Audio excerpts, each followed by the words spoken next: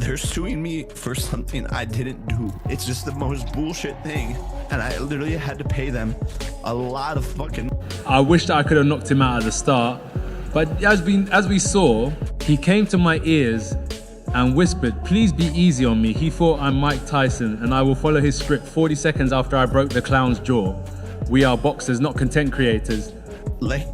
He later admitted something that sounded half joking but landed heavy. He said he wished he could have ended it right at the start. Not out of rage, not out of ego, but out of control. Because according to him, before the first real damage even settled in, the other man leaned in close and whispered, "Please be easy on me." In that moment, the illusion cracked. This wasn't a movie. This wasn't choreography. This was two boxers standing in a ring where consequences don't pause for branding. 40 seconds later, a jaw was broken, and suddenly the narrative shifted from spectacle to liability. He made it clear, they are fighters, not content creators playing a role. And yet somehow, he found himself being blamed for something he insists he didn't do, dragged into legal chaos, and forced to pay an enormous amount of money just to stay afloat. Built on noise instead of control. I heard that Gervonta Davis was being very difficult to work with and Netflix was just waiting for a reason. Yeah, we think he broke his jaw. He's fine. We met with Netflix afterwards. He took a shower. He drove himself to the hospital. A broken jaw is very common in sports, particularly in boxing or MMA, and I think the recovery time from That's when everything detonated. Because Jake Paul wasn't just dealing with a brutal loss anymore. He was staring down the possibility of a Netflix lawsuit that could scorch his entire boxing operation. And at first glance, it sounds unreal. So you have to rewind. Just hours earlier, this night was being sold as the ultimate legitimacy test of his career. Judges were in place. Doctors were on standby. Executives were watching. The machine was fully built. And by the end of it, that same machine looked exposed, rattled, and angry. Contracts suddenly mattered more than highlights. Egos clashed behind closed doors. And a business model built on noise instead of control started showing cracks. Before more leaks surface. I don't like it. Even Anthony Joshua had some class and, apologized to me. Did he really? Yeah. He worked his way through the crowd and came up to me and said, "Mom, it's just boxing. It's just the fight game." Behind the scenes, there were already murmurs. One major fighter was reportedly extremely difficult to work with. Another deal was apparently hanging by a thread. And a streaming giant wasn't reacting emotionally. They were waiting. Waiting for a reason, a moment, a failure they could point to. After the fight, the explanation sounded calm on the surface. He took a shower. He drove himself to the hospital. A broken jaw was described as common in combat sports. But the tone didn't match the situation. Because this wasn't about medical recovery anymore. The real recovery being discussed was from a corporate embarrassment. Somewhere knows more than they're saying. And not only did you not get knocked out, you dropped and said, "Wow." I was like, wow, that was nice. I was on the ground, I was like, that was a good shot. Did he surprise you with his power? To be honest, no, but I mean, he surprised my jaw.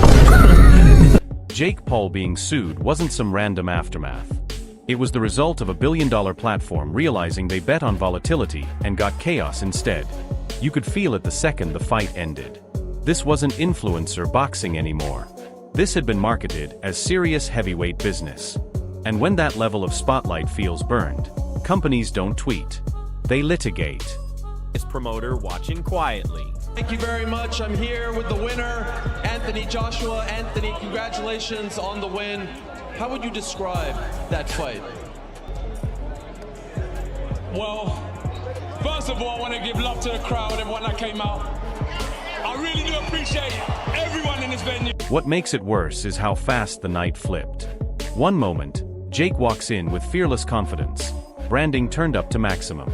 The next moment, executives are reportedly asking why the product they paid for turned into hospital footage and canceled futures.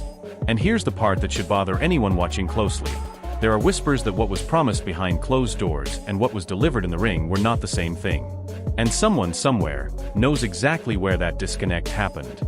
Subtle and irreversible. Looks like Jake Paul is trying to bait him into something, but he's the one that's hit the canvas twice in this round. Incredible. On the canvas, the reactions were almost surreal. After getting dropped, Jake reportedly said wow, not in pain, but in disbelief. He admitted it was a good shot. When asked about the power, he said he wasn't surprised, except for what it did to his jaw. That detail matters. Because Anthony Joshua didn't just win. He removed the safety rails. He wasn't a novelty name. He wasn't there for clicks. He was a fully functional heavyweight. And once Jake started circling instead of imposing, the panic crept in quietly. Not explosively. Slowly. Irreversibly. System that finally said no.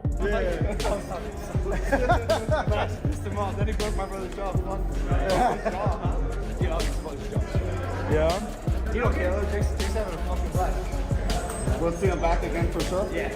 You could see it when Jake tried to bait him, tried to draw a reaction, while being dropped twice in the same round. Joshua never rushed. He never chased chaos. He stayed patient. And that's terrifying, because patience means control. It means the ending is already known, and the only question left is timing. That timing landed in round 5 like a sentence being carried out. The fight is already lost. Because it's a civil lawsuit, and it's just allegations, it's not criminal, so there must be some... Even afterward, Jake said he loved the sport. Said he'd come back. Said he'd chase a world title someday. When asked if he was surprised he went 6 rounds with a former 2-time unified heavyweight champion, he said no. He said he was just tired. And that honesty might be the most revealing part. Because the knockdowns weren't luck. They were accumulation. Fatigue. Biology.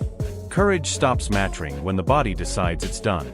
And the body always tells the truth, even when the brand refuses to.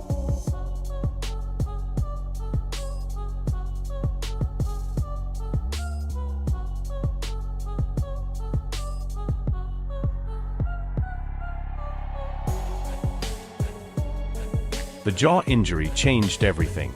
You can't meme titanium plates. You can't caption your way out of bone damage. And when hospital footage started circulating, the crowd's tone shifted. Confidence looks different when it's earned. When it's borrowed, people feel it. And suddenly, it felt like permission had been revoked. In round 5, like a guillotine. I love this shit, and I'm gonna come back and get a world championship belt at some point. Are you surprised you went 6 rounds with the former 2-time unified heavyweight champion? Honestly, I'm not surprised. I just got tired, to be honest. Like, it was just so much. Behind the smiles and jokes, something else was ticking. Netflix didn't just lose a fight night. They allegedly lost a future roadmap. A cancelled bout wasn't just a rumor. Infrastructure, sponsors, marketing projections, all of it had reportedly been baked in. And when that gets pulled apart unilaterally, corporations don't call it personal choice. They call it breach. They call it breach. Now, you asked me a question. Look, it wasn't the best performance. It wasn't the best. The end goal was to get Jake Paul, pin him down, and hurt him. That has been the request. That's where the fear comes in. A lawsuit of this scale doesn't come from confusion. It comes from anger. And the word being whispered is willful. That word matters. Because willful means knowing the consequences and proceeding anyway. If that's proven, it doesn't just hurt Jake in the short term. It poisons his trust value with every serious promoter watching silently. How loud your fan base is. Jake Paul, he's done really well tonight. I want to give him his props. He got up time and time again. It was difficult in there for him, but he kept on trying to fight. Losing to Joshua was survivable. Losing corporate confidence is radioactive. Sponsors don't argue. They disappear. Negotiations grow colder, quieter. And once unreliability enters the conversation, it never fully leaves. What's also telling is how calm Joshua appeared afterward. Calm winners don't feel threatened. And yet, the escalation didn't come from the ring. It came from the boardroom. That suggests this isn't about bruised egos. It's about control slipping and someone trying to grab it back before more details surface. Global eyes watching, and when that kind of machine feels embarrassed, it doesn't tweet, it litigates. Anthony Joshua didn't throw a single straight right hand for 6 rounds. Multiple fighters being labeled difficult doesn't happen by accident. When names start clustering, it usually means contracts were stretched thin. One snap exposed pressure everywhere.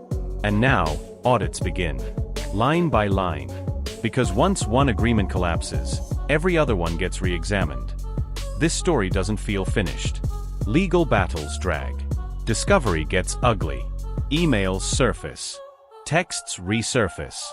Internal conversations see daylight. And when that happens, narratives collapse fast. If Jake thinks this ends at headlines, he's misreading the moment. The fight didn't end in round 6. It just changed venues. And here's the real realization settling in.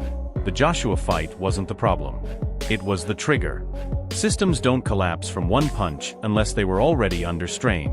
Everything around Jake's boxing career had been stretched tight for a long time. Confidence sold tickets. Competence keeps partners calm.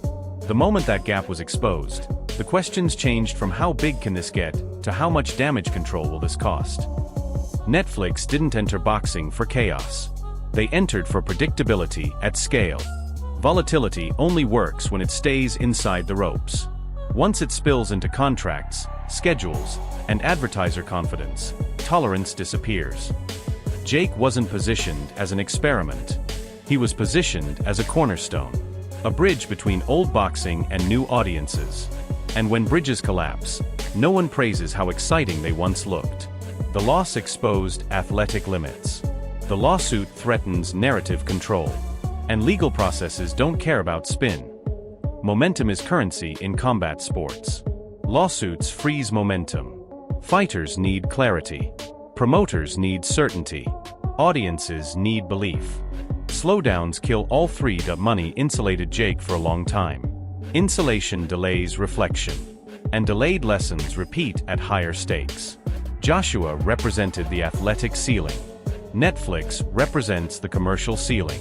Hitting both back-to-back forces a reckoning bravado can't fix. The crossover boxing era is also shifting. Audiences are separating novelty from legitimacy more sharply. Once that line hardens, it doesn't soften easily. The conversation already moved from courage to reliability. And reliability is binary. If you like this video, so don't forget to subscribe this channel.